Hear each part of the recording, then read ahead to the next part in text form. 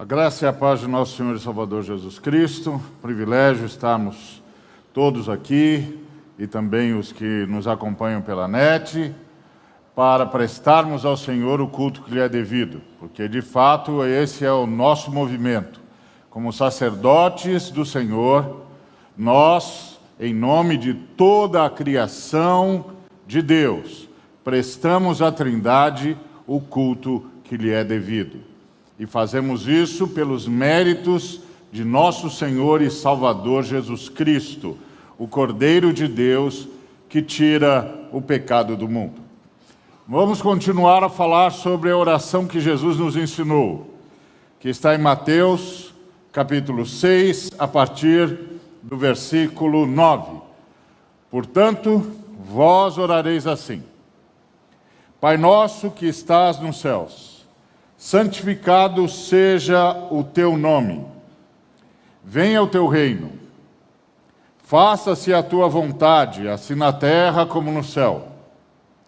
O pão nosso de cada dia dá-nos hoje, e perdoa-nos as nossas dívidas, assim como nós temos perdoado aos nossos devedores. E não nos deixes cair em tentação, mas livra-nos do mal. Pois teu é o reino, o poder e a glória para sempre. Amém. Hoje eu gostaria de me ater à frase: venha o teu reino e faça-se a tua vontade, assim na terra como no céu. Venha o teu reino e faça-se a tua vontade, assim na terra como no céu. No domingo passado, nós conversamos sobre Pai nosso que estás no céu, santificado seja o teu nome. Pai nosso que estás no céu, santificado seja o teu nome. E hoje vamos falar sobre venha o teu reino, faça-se a tua vontade, assim na terra como no céu. De fato, a oração do Pai Nosso poderia ser sintetizada numa frase. Quando o Senhor ensinou os seus discípulos a orarem, ele poderia ter dito o seguinte: vós orareis assim: Pai nosso que estás nos céus, santificado seja o teu nome, pois teu é o reino, o poder e a glória para sempre. Por quê? Porque tudo o mais que você encontra aqui é para que o nome do Senhor seja santificado. Então, venha o teu reino, para que o teu nome seja santificado. Faça-se a tua vontade, assim na terra como no céu, para que o teu nome seja santificado. Para que o teu nome seja santificado, o pão nosso de cada dia dá-nos hoje. Para que o teu nome seja santificado, perdoa-nos as nossas dívidas, assim como nós temos perdoado aos nossos devedores. Para que o teu nome seja santificado, não nos deixes cair em tentação. Para que o teu nome seja santificado, livra-nos do mal. Porque, de fato, essa é uma oração pela santificação do nome do Pai. Para que o Pai seja reconhecido como único, como incomparável, como aquele a quem toda a criação presta culto, a quem toda a criação se dirige quando louva a Trindade por sua graça e misericórdia. Muito bem. Para que seja santificado o teu nome, venha o teu reino, faça-se a tua vontade, assim na terra como no céu.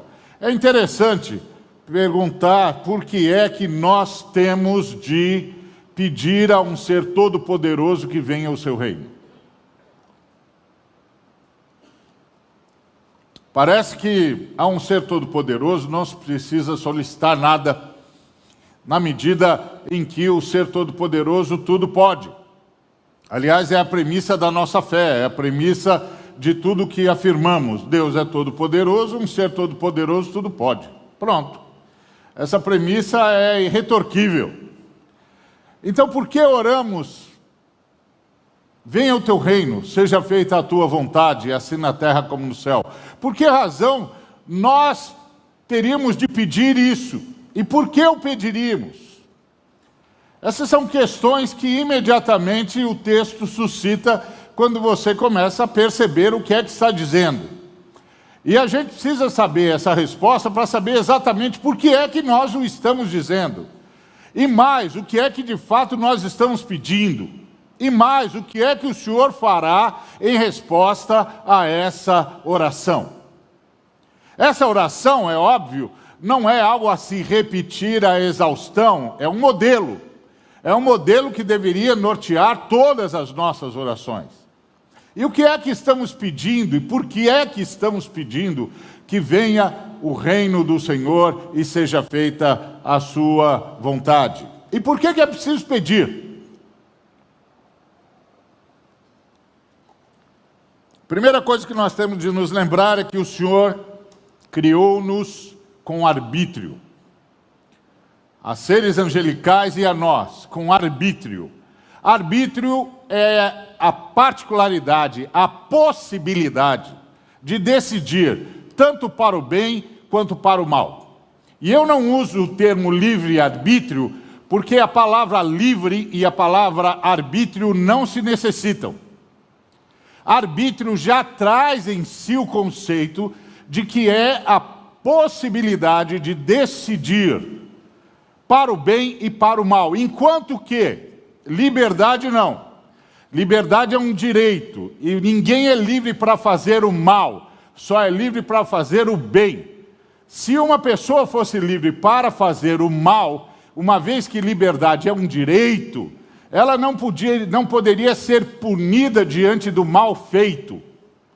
Por quê? Porque você não pode punir alguém por ter exercido o seu direito. Portanto, não há direito em fazer o mal. Ninguém é livre para fazer o mal. O mal é punido e deve ser punido mesmo, porque ninguém é livre para fazer o mal. Todos somos livres para fazer o bem. Quando nós falamos em liberdade, nós falamos em liberdade para fazer o bem e para usufruir do bem. Nunca liberdade para fazer o mal. Por isso, arbítrio por si só basta. E o Senhor nos deu o arbítrio, a capacidade de decidir, de escolher entre o bem e o mal. E nós escolhemos mal. Nós escolhemos mal e o Senhor nos sustentou na nossa escolha. O Senhor nos sustentou. Mesmo tendo nós escolhendo o mal, e escolhendo, portanto, muito mal. Muito bem. O que é que a Bíblia conta? A Bíblia fala de uma rebelião. A Bíblia começa falando de uma rebelião. Houve uma rebelião no universo.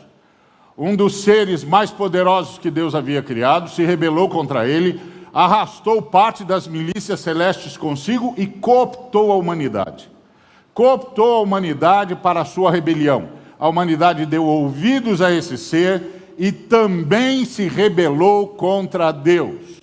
E Deus, ao invés de destruir toda a sua criação, como penso eu era esperado por esse ser, porque o grande projeto desse ser era provocar o juízo de Deus, de modo que Deus, em reação à desobediência, em reação ao mau uso do arbítrio, pusesse fim a todas as coisas. Mas Deus não o fez, e Deus não o fez porque toda a justiça de Deus caiu sobre Jesus de Nazaré. E caiu antes mesmo da criação, porque o apóstolo Pedro diz que o sangue de Jesus Cristo é conhecido e efetivo desde antes da fundação do mundo. Que é nesse sangue, nesse sacrifício que tudo se sustenta. Me lembro, já contei isso aqui, de uma senhora que me perguntou, me fez algumas perguntas. A primeira foi, é verdade que tudo que existe, existe em Deus? E eu disse, sim senhora, está escrito em Deus que nós nos movemos, existimos, vivemos e existimos. Está lá em Atos. Ela disse, é verdade que nós todos somos pecadores? Eu disse, sim senhora, está escrito, todos pecaram e carecem da glória de Deus. E ela disse, é verdade que Deus é santo? Sim senhora, está escrito, sede santos porque eu sou santo. E ela então complementou. Bom, se tudo que existe, existe em Deus, nós existimos em Deus, nós somos pecadores e Deus é santo, eu pergunto ao senhor, como é que um Deus santo carrega pecadores? A santidade de Deus não devia nos jogar por nada, nos jogar para a inexistência, nos condenar à inexistência. Os anticorpos da santidade de Deus não deviam nos expelir para o nada. E eu disse, devia, sim, senhora.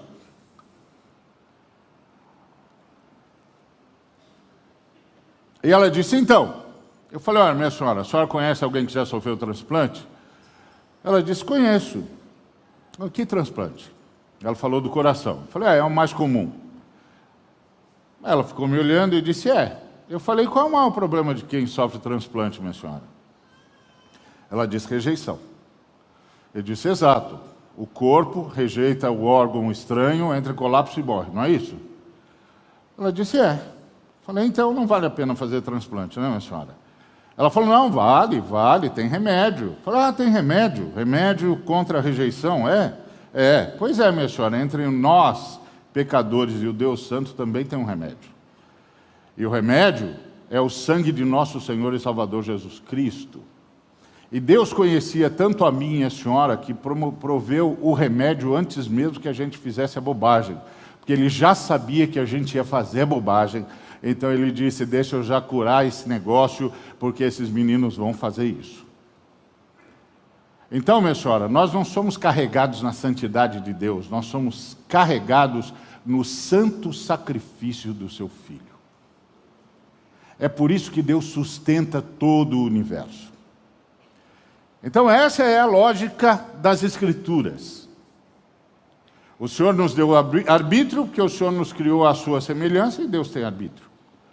Nós usamos mal o arbítrio, mas o arbítrio mal usado não provocou o mal desejado pelo inimigo, porque o Senhor já havia provisto uma cura, providenciado um caminho de salvação.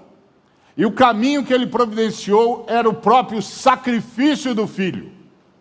O Filho deu a sua vida para que todas as coisas pudessem ser criadas e sustentadas pelo seu sacrifício. É como se o Pai, o Filho e o Espírito Santo estivessem conversando, numa licença poética, porque não é assim que se fala da Trindade, obviamente. E o Pai, então, contasse toda a lógica do projeto da criação, e o Espírito dissesse, mas nós vamos criá-los com arbítrio? E o Pai, sim, porque vamos criá-los à nossa imagem e semelhança, nós temos arbítrio, eles terão. Mas o arbítrio deles será mal usado e eles vão se voltar contra nós. É verdade. Bom, quando eles se voltarem contra nós, tudo vai deixar de existir imediatamente. Porque tudo é sustentado por nós. No momento em que nós que criamos tudo para que eles fossem sustentados, recebemos o ato de desobediência deles, o ato natural é destruir tudo. Tudo deixa de ser sustentado por nós. É o que a justiça pede. E aí o Pai diz, bom, mas nós podemos nos responsabilizar. E o Espírito diz, mas nos responsabilizar custa muito caro. Um de nós tem de abrir mão da sua glória agora. Um de nós tem de se oferecer ao sacrifício no lugar deles. Um de nós tem de se doar para que eles não sejam destruídos, aniquilados. Um de nós tem de abrir mão da vida como nós a conhecemos, para que a morte deles não lhes roube a vida que nós queremos lhes dar. E aí o filho que estava participando da conversa disse, eu vou. E naquele momento, o Deus Filho se fez o Cordeiro de Deus, que tira o pecado do mundo. E a Trindade tinha uma base para criar, manter e resgatar todas as coisas. É aqui que começa a nossa oração. É dessa consciência que começa a nossa oração. Quem somos nós? Nós somos aqueles que voltaram da grande rebelião. Quem somos nós? Nós somos aqueles que voltaram da grande rebelião. Houve uma rebelião no universo, e nós, eu e você, Nós somos aqueles que voltaram da grande rebelião. Nós somos aqueles que voltaram de joelhos dizendo: Pai, nós não concordamos com o que foi feito. Nós reconhecemos que a única razão da existência é o teu amor. E que não há outro motivo para viver senão para estar contigo, para glorificar-te, para experimentar da tua vida, da tua graça, da tua bondade. Nós rogamos que nos aceites de volta, que aceites o nosso arrependimento e que nos abraces novamente. E aí o Pai nos aceita de volta por causa do sacrifício do Cordeiro, por causa do sangue do Cordeiro, porque o sangue do Cordeiro foi a propiciação, o substituto de cada um de nós e de todos nós. Porque Ele deu a vida, porque Ele abraçou a nossa morte para que nós pudéssemos receber a sua vida. Deus pôde nos trazer de volta, aceitar o nosso arrependimento, aceitar o nosso pedido de refiliação. E aí nós somos os que oramos: venha o teu reino, seja feita a tua vontade, assim na terra como no céu, porque nós somos os que reconhecem, somos os que reconhecem que a vontade de Deus é a melhor coisa que pode haver no universo, e que qualquer coisa que esteja fora da vontade de Deus é absolutamente disfuncional. Então nós somos os que clamamos para que seja feita a sua vontade, para que venha o seu reino. Quando nós pedimos o reino de Deus, o que nós estamos pedindo é o governo de Deus. O reino de Deus é constituído por tudo que Deus sustenta, e Deus sustenta tudo. Mas nem tudo que Deus sustenta faz a vontade de Deus, inclusive nós, que deveríamos fazê-la de forma absoluta o tempo todo. Então o que nós estamos pedindo é que o reino de Deus, tudo que Deus sustenta, seja governado pela vontade de Deus. E assim nós fechamos o círculo, de modo que tudo que Deus sustenta exista e viva única e exclusivamente para fazer a vontade de Deus. Porque a vontade de Deus é boa, a vontade de Deus é perfeita, a vontade de Deus é que realmente nos dá satisfação, nos dá realização como seres criados à sua imagem, à sua semelhança, ou como seres criados a partir do seu amor e para o seu serviço. Por isso, nós oramos para que venha o reino do Senhor, para que venha o seu reinado, para que a sua vontade se manifeste, porque a sua vontade é o que dá o tom, que dá a funcionalidade do universo. Aliás, essa é a lógica por detrás da nossa teologia. Porque a pergunta que nós fazemos é: o Pai está sendo desobedecido? O que está havendo? Por exemplo, alguém vem e conta uma crise, qualquer, na família. Qual é a pergunta? A pergunta é: por que o Pai está sendo desobedecido? Porque se o Pai estivesse sendo obedecido, não haveria crise. Se há qualquer animosidade entre os seres humanos, a pergunta é: por que o Pai está sendo desobedecido? Onde o Pai está sendo desobedecido? Porque se há uma disfuncionalidade qualquer, se há um desentendimento qualquer, se há uma angústia qualquer, se há uma injustiça qualquer, essa contrariedade, essa injustiça, essa angústia, não é pura e simplesmente fonte de um sistema inadequado, de uma decisão equivocada, ou coisa que o valha, é mais profundo. A questão é: por que o Pai está sendo desobedecido? Por que a vontade do Pai não está sendo feita? Porque se a vontade do Pai estivesse sendo feita, essa crise não se instalaria. Essa situação não viria à tona, ela não teria espaço no nosso meio. E ela só tem espaço no nosso meio porque o Pai não está sendo obedecido. O desentendimento é porque o Pai não está sendo obedecido. O Pai ensinou perdão, o Pai ensinou bondade, o Pai ensinou amor, o Pai ensinou misericórdia, o Pai ensinou entrega mútua, mutualidade. Se isso não está acontecendo, se o que se estabeleceu é a crise, o desentendimento, o desencontro, a questão é simples, embora profunda. O Pai nosso, o nosso Pai está sendo desobedecido. E por que o nosso Pai está sendo desobedecido? E aí as respostas podem ser por mera rebeldia, podem ser por fruto da queda, por necessidade urgente de cura. E aí então é que sabemos que temos um problema para resolver. E que o problema estará resolvido quando aquela situação se enquadrar ou for enquadrada na obediência ao Pai. Porque quando o Pai é obedecido, o que reina é o amor, é a bondade, é a paz, é a alegria, é a vida e a vida em abundância. Então a grande oração é: Pai, seja feita a tua vontade. Porque se houver a feitura da tua vontade, as nossas crises desaparecerão, os nossos corações serão apaziguados, nossa alma se aquietará, nossas mãos saberão o que fazer, nossos pés saberão para onde ir, nossas decisões terão caminho, objetivo, foco, a tua vontade.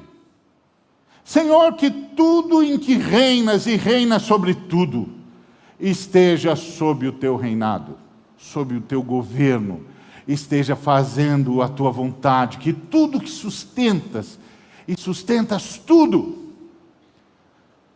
exista única e exclusivamente para fazer a tua vontade. Venha o teu reinado, faça-se a tua vontade, na terra como é feita no céu. Então, o grande desafio da nossa oração é um desafio de entrega. É um desafio de obediência. É um desafio de consciência. A consciência de que a vontade de Deus é a única que é boa.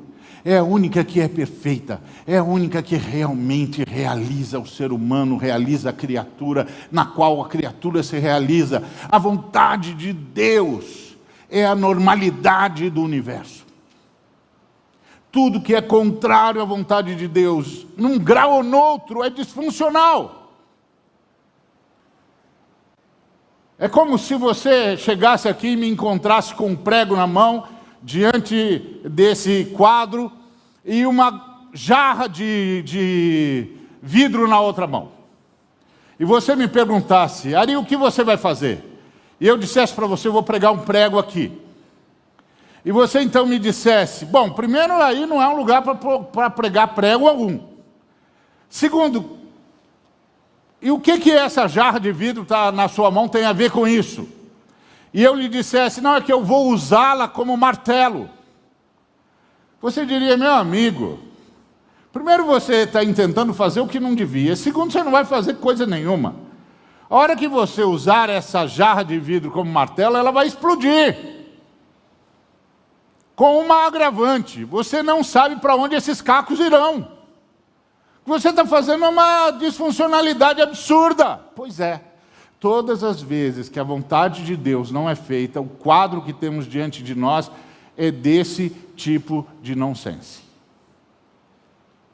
Não fazer a vontade de Deus é buscar o disfuncional. Sempre. Sempre. Então essa é uma pergunta uma questão que a gente devia ter sempre clara para nós. Faço a vontade do Pai, porque a vontade do Pai é a única que é boa. A única que é perfeita, a única que dá realização, é a única que leva a funcionalidade. Se o pai disse não, é porque é disfuncional. Se o pai disse não, é porque não vai fazer bem. Se o pai disse não, é porque não é bom. Se o pai disse não, é porque não é perfeito. Se o pai disse bom, não, é porque não vai realizar. Você, pelo contrário, vai sugar a sua vida. Vai sugar a sua energia. Vai arrancar de você todas as possibilidades de se realizar. E de experimentar o que Deus está fazendo no universo. Simples. Não precisa fazer um tratado moral. Basta saber quem é o pai. Se o pai disse não, é porque não é bom. Se o pai disse não, é porque não é perfeito. Se o pai disse não, é porque não vai fazer bem. Se o pai disse não, é porque eu não vou me realizar aqui. Se o pai disse não, é porque isso vai me levar a um estado de disfuncionalidade. Eu não vou experimentar o que Deus está fazendo no universo. Que é bom, que é perfeito e que realiza. Essa é a nossa oração. Então nós estamos pedindo ao Senhor que manifeste a sua vontade, que a faça em nós, por nós e através de nós. E em tudo. E é interessante que o texto diz faça-se a tua vontade, assim na terra como no céu. Há quem diga que o que esse texto está tentando dizer faça-se a tua vontade na terra como é feita no céu. Entretanto, não é isso que está no texto. O que está no texto é que há duas frentes de batalha. Na terra e no céu. Por quê? Porque nós temos um adversário espiritual. E ele está nas regiões celestiais. Como nós também estamos nas regiões celestiais do ponto de vista espiritual. Só que nós estamos em Cristo. O apóstolo Paulo diz isso aos Efésios, que nós estamos nas regiões celestiais em Cristo. Porque Deus nos abençoou com toda a sorte de bênção espiritual nas regiões celestiais em Cristo, que é onde nós estamos. Mas que nós temos um adversário. Os dominadores deste mundo tenebroso, que também estão nas regiões celestiais. E é aqui que a primeira batalha se trava. Nós estamos orando ao Pai para que as forças das trevas retrocedam. Nós estamos orando ao Pai para que Ele intervenha na história. Nós estamos orando ao Pai para que as forças da maldade retroajam. É muito interessante a gente perceber esse nível de ação da igreja. Me lembro de uma igreja que teve uma espécie de avivamento ou efervescência espiritual, não sei, e passou a vir mais vezes no seu local de reunião para orar. Como ela era de uma denominação muito rígida, isso durou um certo período, depois a denominação botou a casa em ordem, pronto, e voltou tudo ao normal. Um dia, um dos líderes dessa igreja entrou na mercearia. E o merceeiro, então, voltou-se para ele e disse: o que houve com a sua igreja? E ele, muito cioso da sua posição, disse: com a minha igreja não houve nada, está tudo bem com a minha igreja. E o homem disse: mas vocês antes vinham aqui mais vezes. E o líder disse: é verdade, nós antes víamos mais vezes, mas agora nós voltamos à nossa programação normal. Está tudo bem com a minha igreja. E aí aquele homem retrucou dizendo: o senhor sabe que quando vocês vinham aqui mais vezes, o bairro mudou? Aí o homem disse: ué, como assim? Mudou, o bairro mudou. Isso aqui ficou mais calmo. Começou a mudar o ambiente aqui no bairro, diminuiu a criminalidade, os jovens começaram a sair das drogas, alguns inclusive foram para a sua igreja, outros foram para outras. as coisas ficaram mais tranquilas, a gente começou a ter menos medo, a gente começou a vir com maior liberalidade e leveza para a rua. O bairro mudou. Quando vocês vinham aqui mais vezes, o bairro mudou. Aqueles irmãos não se deram conta de que enquanto eles oravam, eles estavam de fato pedindo a Deus uma intervenção. Uma intervenção no mundo espiritual, uma intervenção nas regiões celestiais, uma intervenção. Estavam pedindo a Deus que fizesse um adversário retroceder, que fizesse o adversário soltar os que estavam aprisionando, que fizesse o adversário abrir mão do que estava tomando posse. Porque a perspectiva que está aqui é a da vitória do Cristo. Uma vez alguém me disse, bom, então como é que a gente lida com a legalidade do inimigo? Eu disse, que legalidade? Não há legalidade nenhuma, Jesus Cristo venceu, Jesus Cristo ressuscitou, Jesus Cristo tem as chaves do céu e do inferno. Tudo é de Jesus Cristo. Agora, qualquer coisa que o inimigo manipule é usurpação. E nós estamos aqui para desalojar os usurpadores, para fazê-los retroceder, retroagir. E fazemos isso orando a Deus que faça a sua vontade, que manifeste o seu reinado no lugar onde nós estamos. Venha o teu reinado, faça a tua vontade na terra e no céu. Isso propicia uma intervenção divina, porque nós temos um adversário que foi derrotado, mas continua usurpando. E aparece e se manifesta no meio da gente, no meio da sociedade. Me lembro que certa feita estava falando com um governador de estado. E ele estava me falando da situação do estado dele. E eu disse, governador, o senhor está lidando com o que as escrituras chamam de o mistério da iniquidade. E ele disse, o que é isso? Eu falei, é quando a maldade graça no nosso meio, sem nenhuma razão objetiva. Quando você não percebe mais o que é que está desencadeando essa violência, o que é que está desencadeando essa maldade. Quando a maldade tornou-se um fim em si mesma, ela não é mais parte de uma rebelião, ela não é parte de uma provocação, ela não é parte de um protesto, ela simplesmente surge do nada, se manifesta do nada e cresce. Isso, governador, se chama o mistério da iniquidade. E ele disse, como se luta contra isso? Eu falei, de joelhos, meu amigo, de joelhos. O senhor precisa convocar esses pastores que não saem daqui a lamber-lhe as botas, para fazer o que eles sabem fazer, que é orar com o seu povo. E ele me disse, eu vou convocar uma reunião. Eu falei, eu não disse para o senhor convocar nada. Isso não é da sua alçada.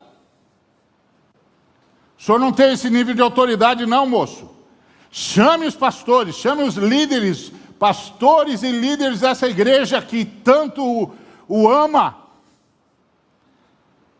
E diga para eles orarem, porque o que o senhor está precisando no seu estado é de uma intervenção da Trindade. Que o reinado de Deus venha e faça a maldade retroceder. Faça os demônios retrocederem, as forças das trevas retrocederem. E isso, meu amado, é verdade na vida de nós todos. Há muitas vezes que nós estamos vivendo situações que a gente não consegue entender. Por que está assim? Por que ninguém se entende? Porque, embora estejamos usando a mesma gramática, não conseguimos falar a mesma língua. O que está havendo? Por que as pessoas juram que você disse algo que você jura que nunca disse? Como é que você jura que ouviu algo que a pessoa jura que nunca falou? O que está vendo aqui? Por que as situações não se liberam? Por que tudo está certo, mas não dá certo? Porque todas as coisas que tinham de ser feitas foram feitas e o desenlace não acontece. Você está lutando para o que está além dos olhos, com o que está além dos olhos, além da lógica, mera lógica humana. Você está lutando com outra lógica. Porque é uma lógica, só que é uma lógica que abrange um espaço maior. E que você e eu precisamos considerar, e que só o estabelecimento do reinado de Deus, a intervenção de Deus, e é um ato interventor, porque é esse o clamor: venha o teu reinado, faça-se a tua vontade, que sejam quebradas todas as oposições, que sejam desalojadas todas as resistências, que sejam enfrentados todos os rebeldes, e que eles retrocedam diante da tua vontade e diante do teu governo. Venha o teu reino, venha o teu reinado, faça-se a tua vontade nessa situação, nessa vida, nessa casa, nesse país, nessa cidade, nesse bairro. Esse é o clamor. É o clamor da fé. É uma outra lógica, e é lógica. Porque alguém uma vez me disse: a fé é irracional. Eu falei: impossível, moço. A fé só é dada a seres racionais. É impossível, moço. A fé, como a ciência, só é dada a seres racionais, moço. O que a fé faz é expandir a razão. É mostrar que há mais coisas entre o céu e a terra do que, como dizia, plagiando Shakespeare, supõe a nossa vã filosofia. Há mais. E é preciso enfrentar. E o enfrentamento é um clamor: venha o teu reinado, faça-se a tua vontade, intervenha, Senhor. Esse é o clamor, esse é o pedido, essa é a oração. Nessa frente de batalha espiritual, que é real, que está por detrás da maldade, principalmente quando a maldade é absolutamente marcada pelo nonsense, pela estupidez,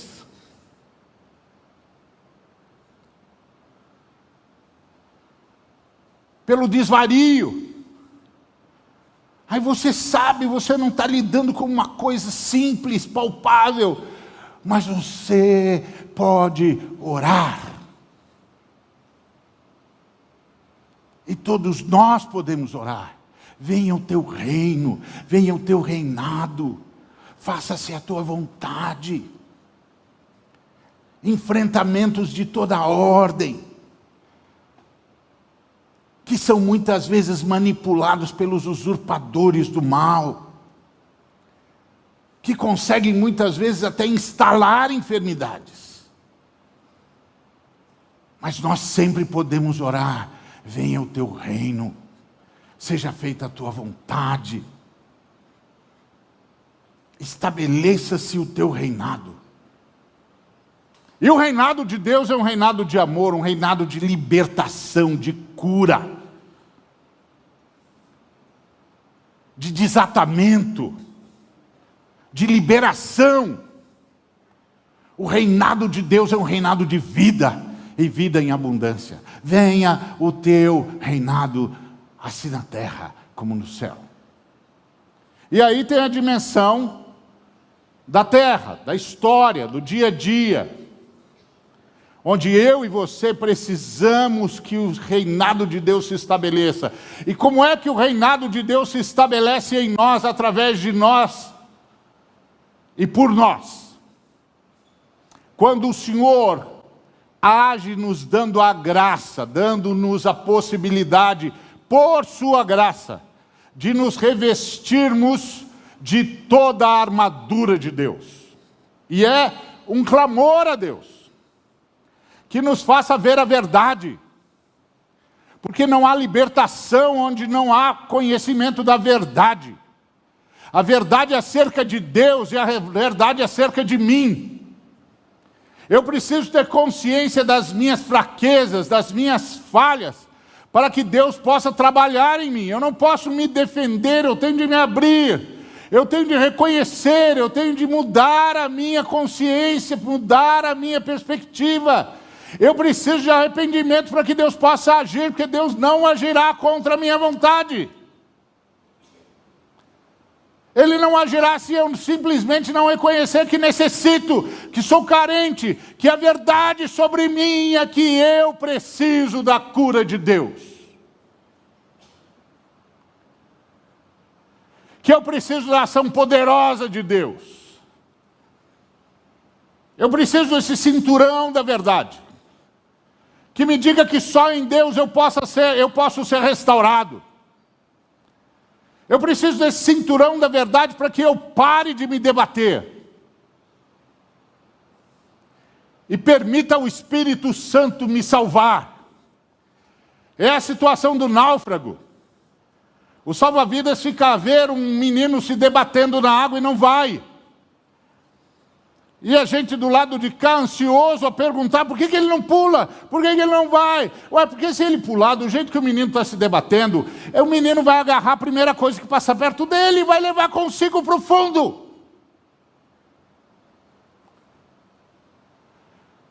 Então ele só pode salvar o menino se o menino parar de se debater. E o menino só vai parar de se debater se encarar a verdade. Eu não sei nadar. Eu preciso de ajuda. Eu não tenho como me livrar dessa situação. Eu tenho de desistir de ser a minha própria solução e clamar a Deus: venha o teu reino, faça-se a tua vontade. Está percebendo, amados?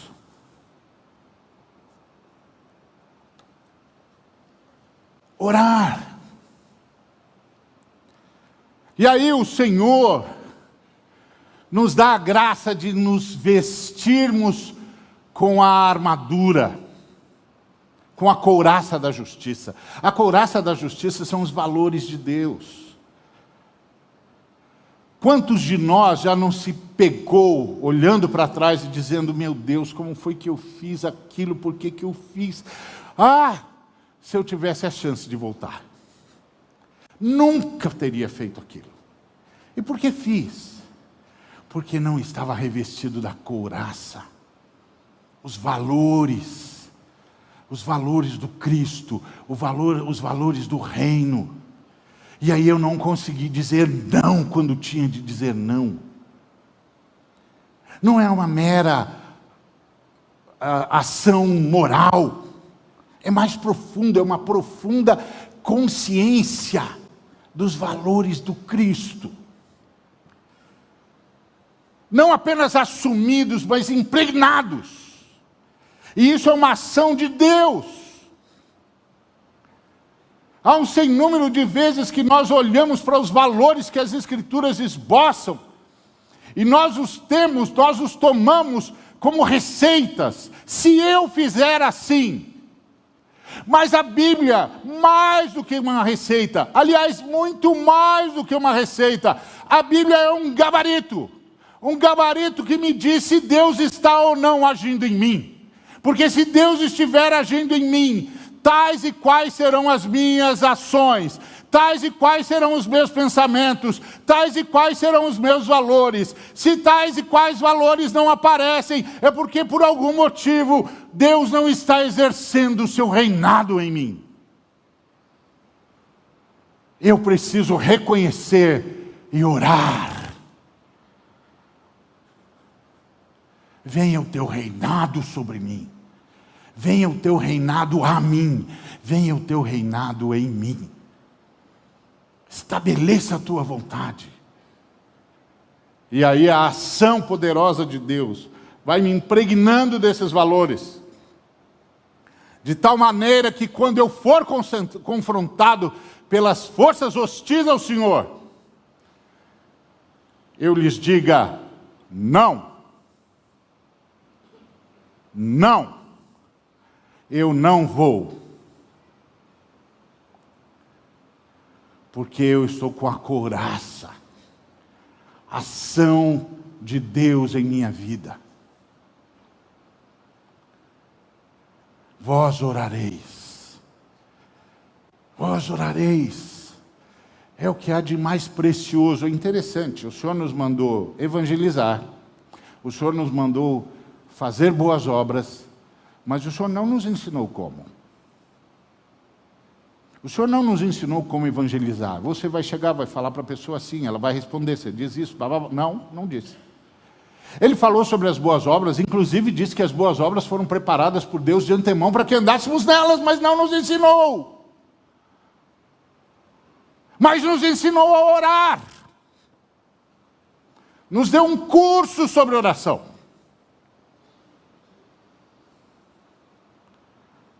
Então oremos. Oremos.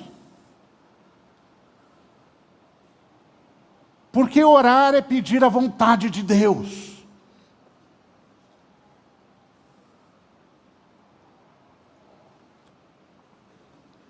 E quando fazemos isso, a situação muda, porque nós atacamos o mal. Não é o inimigo que está a nos atacar. Nós é que estamos a atacar o inferno. Jesus Cristo disse, as portas do inferno não prevalecerão contra a igreja. E há muitos que pensam, está vendo, o inferno vai atacar a gente, mas não vai vencer. Que isso, meu filho? Você já viu alguém atacar com porta? Você já assistiu algum filme de castelo, em que o inimigo cerca o castelo e o dono do castelo, o senhor do castelo, diz, aí pessoal, pega o portão e vai para cima deles? Não. O portão é o último bastião, meu amigo. Derrubou o portão, acabou. O portão não pode cair de jeito nenhum, pois Jesus Cristo disse à minha igreja, atacará o inferno, e as portas do inferno não resistirão ao ataque da minha igreja. Essa é a ordem. Por isso nossa oração, venha o teu reinado. Faça-se a tua vontade na terra e no céu. E aí o Senhor, em resposta a essa oração, na dimensão celestial, faz o inimigo retroceder. E na dimensão do dia a dia, vai nos revestindo de toda a sua armadura. E passamos a embraçar o escudo da fé. E fé, queridos, não é fé no poder de Deus. Fé no poder de Deus é lógica. Deus, é todo poderoso, só pode ter poder mesmo. Isso é equação matemática. Fé é fé no caráter de Deus. Fé no caráter de Deus. Fé no caráter de Deus é que me faz ter paz com Deus. Deus tem paz com todos nós por causa do sangue do Cristo. Mas nem todos nós temos paz com Deus. Muitos de nós estão a se perguntar, por que é que não deu certo? Por que é que Deus não fez? Por que é que Deus não respondeu? Por que é que Deus permitiu? Por quê? Por quê? Por quê? Por quê? Nós não estamos em paz com Deus. Um homem em paz com Deus é um homem como José, que está lá na prisão. Sonhou, sonhou, sonhou, sonhou. Os sonhos eram grandiloquentes. Ora, os feixes de trigo se inclinavam diante do feixe dele. Ora, o próprio sol, a lua e as estrelas se inclinavam diante dele. Um sonho grandiloquente, extraordinário, destinado à glória. Na prisão. E na prisão por injustiça. E aí o padeiro e o copeiro têm sonhos, e vem a ele e conta-lhes os sonhos. Contam-lhes os sonhos. E ele poderia ter dito, colegas, esquece esse negócio de sonho. Já tive muitos. Nada deu certo. Esquece esse negócio de sonho. Sonho é bobagem. Dormiu mal, comeu mal. Simples assim, mas não, ele disse, sonhos. Esse tipo de sonho é Deus falando, eu vou falar com ele, ele vai dizer. Ele continua acreditando no caráter de Deus. E ele vai lá e diz para o padeiro: meu filho, as notícias não são boas. E diz para o copeiro, em contrapartida, para você, as notícias são ótimas. Aliás, quando você sair daqui, lembre-se de mim. Coisa que ele não ia fazer, lógico. Vou me lembrar do sujeito que está lá, porque o general que guarda o faraó botou ele na prisão. Mas de jeito nenhum, esquece. Mas ele continuava a confiar no caráter de Deus, fazer tudo o que tinha de fazer. E fazer bem. Ele estava em paz com Deus. E quando o faraó chegou para ele com um sonho, na verdade não era um sonho, é um pesadelo, né? Porque um sujeito que sonha com 7 vacas magras devorando 7 gordas, não teve um sonho, teve um pesadelo. Aí ele chega com um pesadelo diante do José. E o José disse: mas o senhor sonhou só esse sonho ou teve mais um? Ele disse: não, sonhei outro sonho. 7 as espigas de trigo, 7 espigas vigorosas, sendo devoradas por 7 espigas absolutamente feias, horríveis, sem saúde, mas devorando. Aí o José disse: o senhor sonhou 2 vezes, mesmo sonho, de formas diferentes. Então Deus tem pressa. Mas ele também tinha sonhado 2 sonhos. E estava na cadeia.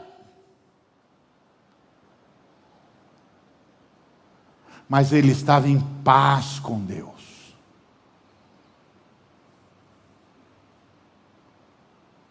Ele confiava no caráter de Deus. Está tudo certo. Está tudo nas mãos de Deus. Não é que está certa a injustiça.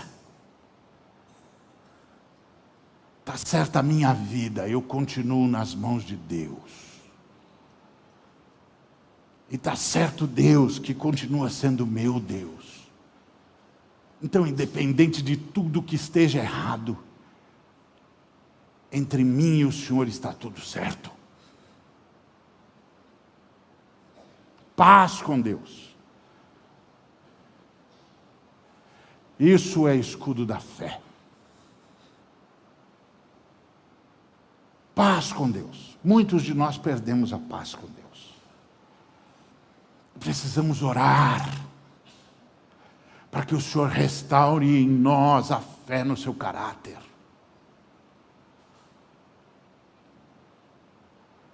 Que vai nos levar a desembainhar a espada do Espírito, que é a palavra de Deus.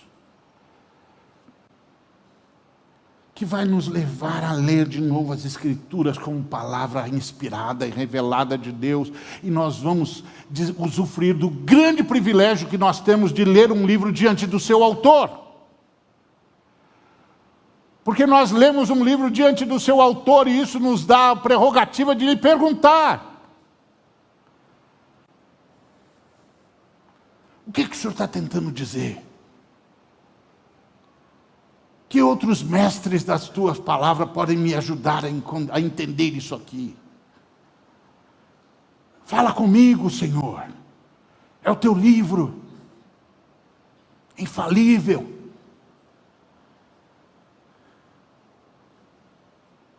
O autor, estamos diante do autor. Às vezes alguns colegas meus me dizem: ali aquela mensagem, o que foi? Eu falei com o autor. Perguntei para o autor: o que o senhor está tentando dizer?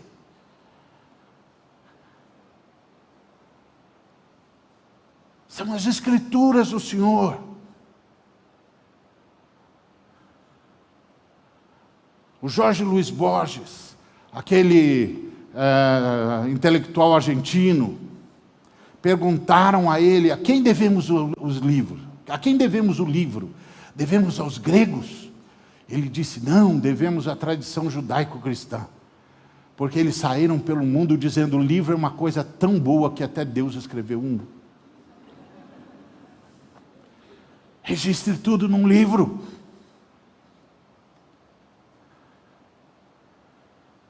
E aí a palavra vai nos guiar. O Senhor nos fará ver a palavra. entendê-la. Oração. E aí calçaremos os pés com o evangelho da paz, paz com Deus e paz com os homens.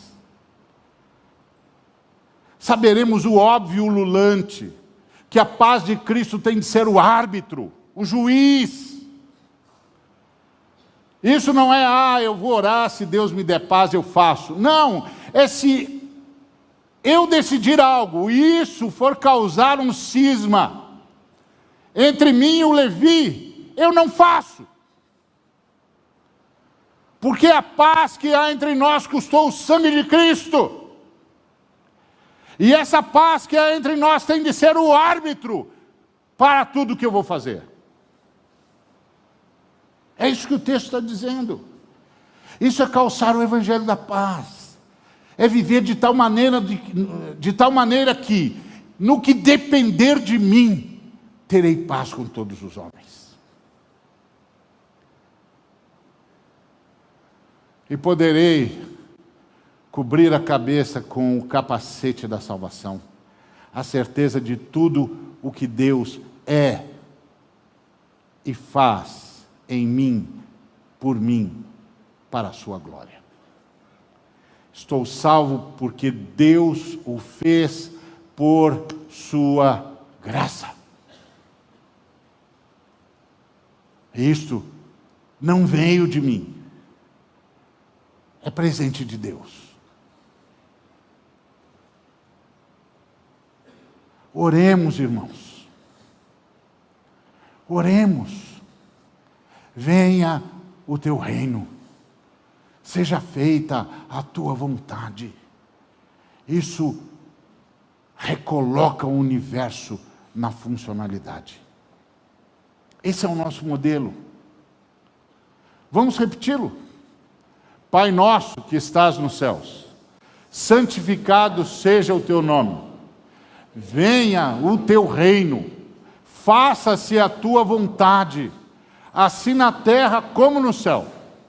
O pão nosso de cada dia dá-nos hoje, e perdoa-nos as nossas dívidas, assim como nós temos perdoado aos nossos devedores.